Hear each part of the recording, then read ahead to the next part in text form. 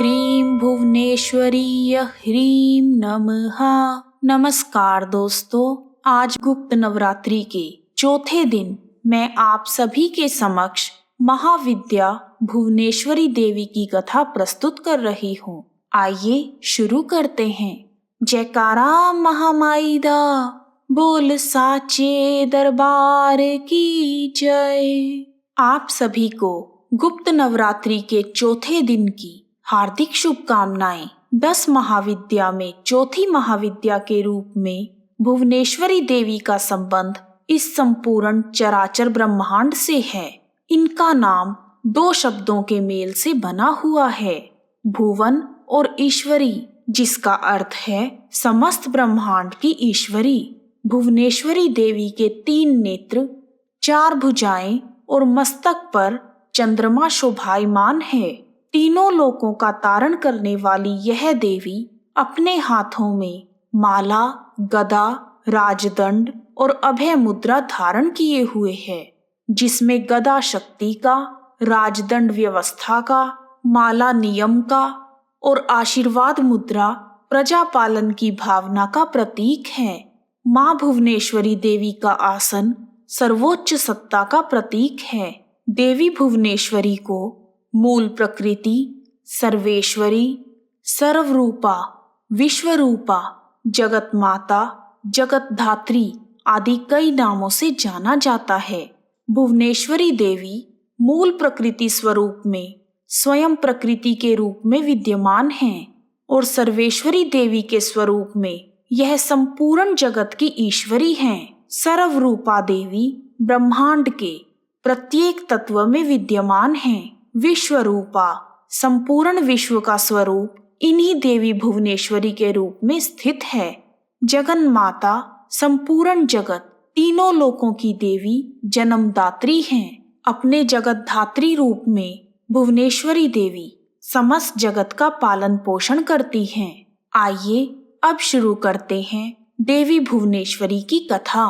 एक बार व्यास जी के मन में जिज्ञासा उत्पन्न हुई कि इस संपूर्ण चराचर जगत का कर्ता धर्ता कौन है।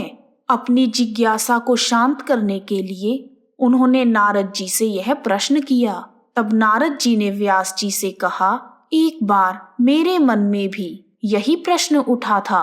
तब मैं परम पिता ब्रह्मा जी के पास गया और मैंने उनसे पूछा, ब्रह्मा, विष्णु और महेश, इनमें से किसके द्वारा इस चराचर ब्रह्मांड की उत्पत्ति हुई है? सर्वश्रेष्ठ ईश्वर कौन है?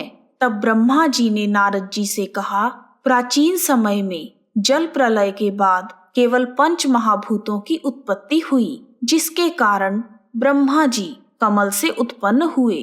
उस समय सूर्य, चंद्र, पर्वत आदि सभी लुप्त थे तथा चारों ओर केवल जल ही जल दिखाई देता था।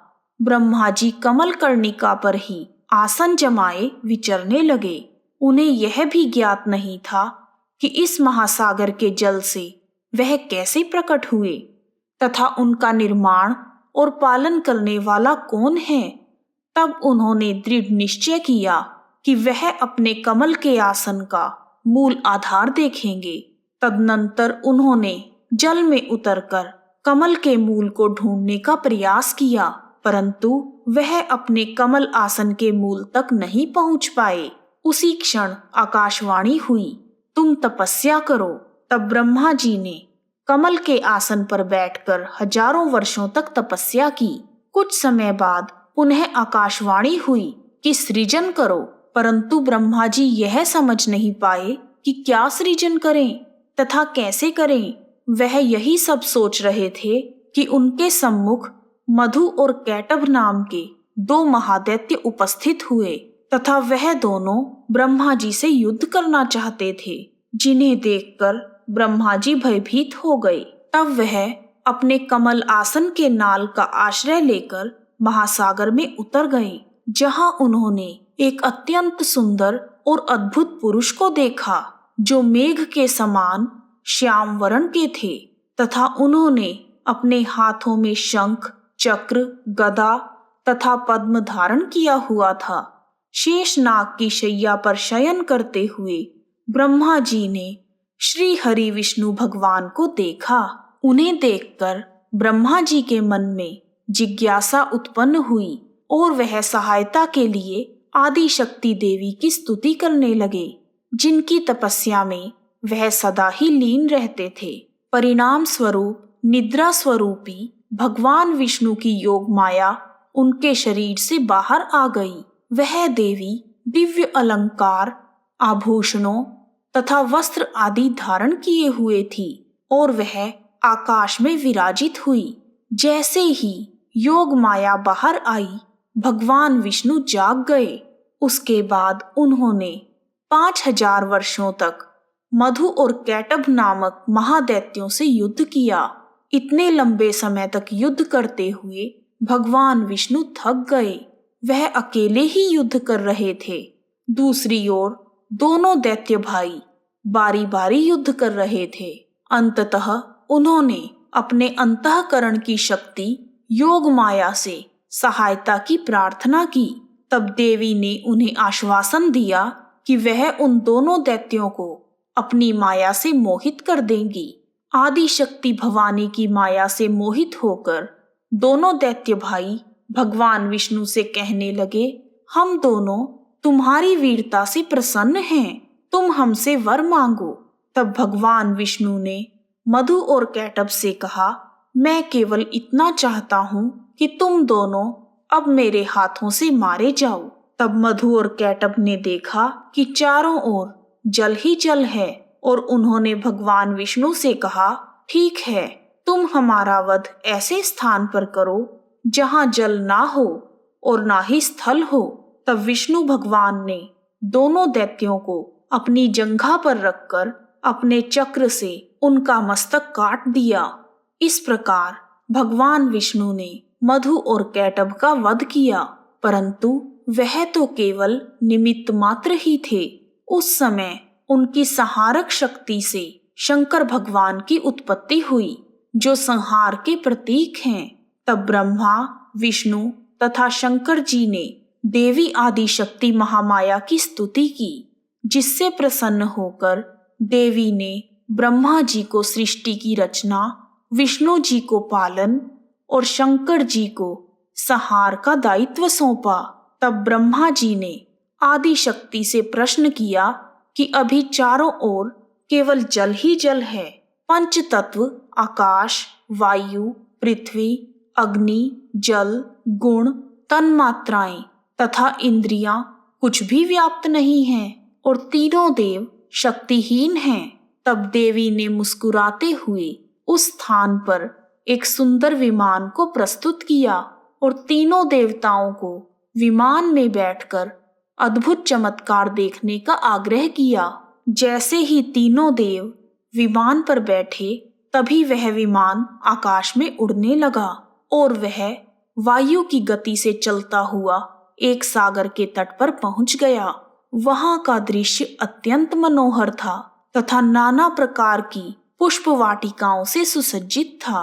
तीनों महादेवों ने रत्नमालाओं एवं विभिन्न प्रकार के रत्नों से विभूषित एक पलंग पर दिव्यांगना को बैठे हुए देखा।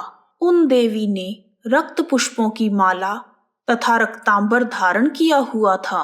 वर, पाश, अंकुश तथा अभय मुद्रा को धारण किए हुए देवी भुवनेश्वरी त्रिदेवों के सम्मुख प्रकट हुई, जो सहस्त्रों उदित सूर्य के प्रकाश के समान कांतिमयी थी। वास्तव में आदि शक्ति महामाया ही भुवनेश्वरी अवतार में इस समस्त जगत का संचालन करती हैं।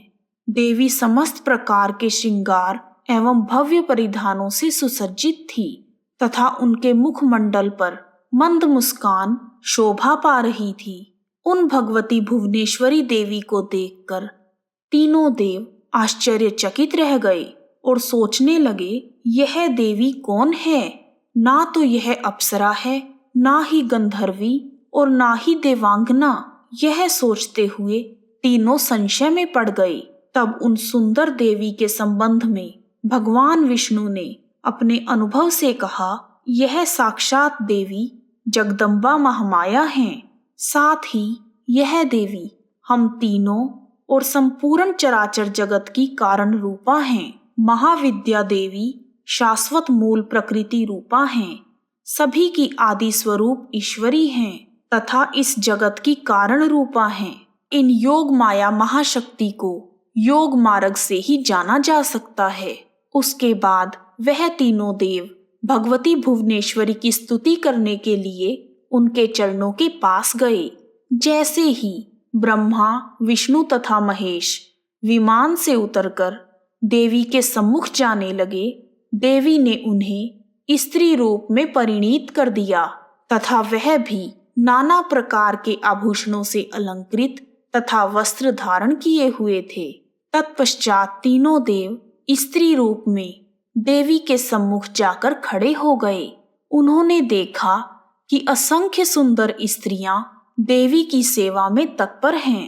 तीनों देवों ने देवी के चरण कमल के नख में संपूर्ण ब्रह्मांड को देखा। समस्त देवता, ब्रह्मा, विष्णु, शिव, समुद्र, पर्वत, नदियां, अप्सराएं, वसु, अश्विनी कुमार, पशु पक्षी, राक्षसगण आदि सभी देवी के नख में प्रदर्शित हो रहे थे। वैकुंठ, ब्रह्मलोक, कैलाश, स्वर्ग, पृथ्वी आदि सभी लोक देवी के पद नख में विराजमान थे। तब त्रिदेव समझ गए कि यही देवी संपूर्ण ब्रह्मांड की जननी हैं। माँ भुवनेश्वरी देवी को शताक्षी और शाकंभरी नाम से भी जाना जाता है।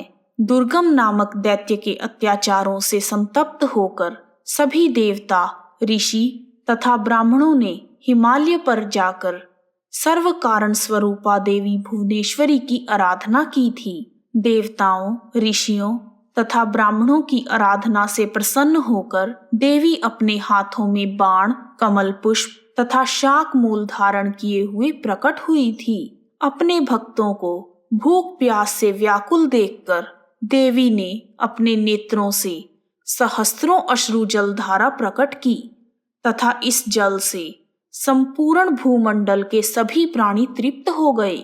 समुद्रों तथा नदियों में जल भर गया तथा समस्त वनस्पति सिंचित हुई। अपने हाथों में धारण की हुई शाक मूलों से इन्होंने सभी प्राणियों का पोषण किया। तभी से भुवनेश्वरी देवी शाकंभरी नाम से प्रसिद्ध हुई। शाकंभरी देवी ने दुर्गमासुर नामक दैत्य का वध कर समस्त जगत को भयमुक्त किया। इसी कारण यह देवी दुर्गा नाम से प्रसिद्ध हुई, जो सभी संकटों से अपने भक्तों को मुक्त करती हैं और उनकी इच्छाएं पूरी करती हैं। देवी भुवनेश्वरी का एकाक्षरी मंत्र ह्रीम है और त्रयाक्षरी मंत्र ऐं ह्रीम श्रीम है। माँ भुवनेश्वरी देवी की उपासना अगर रात में की जाए तो वह विशेष महत्व रखती है। भुवनेश्वरी देवी के बहुत सारे मंदिर हैं।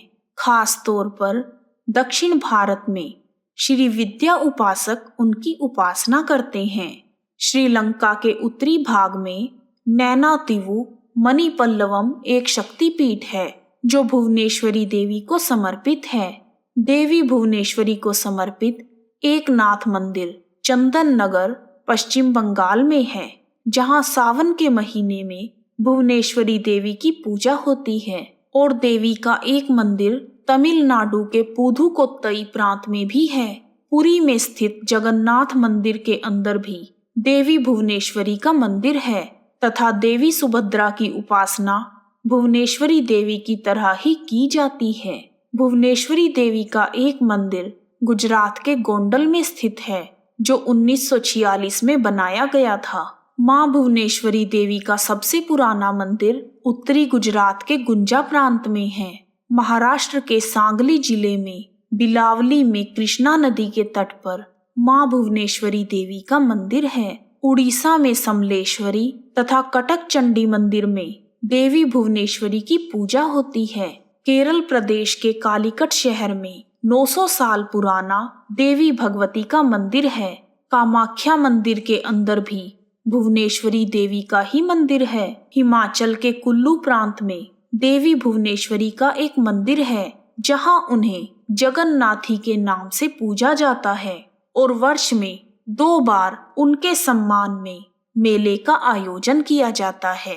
भुवनेश्वरी देवी के शाकंभरी रूप का एक मंदिर उत्तर प्रदेश के सहारनपुर शहर में है, जो बहुत ही प्रसिद्ध मंदिर है।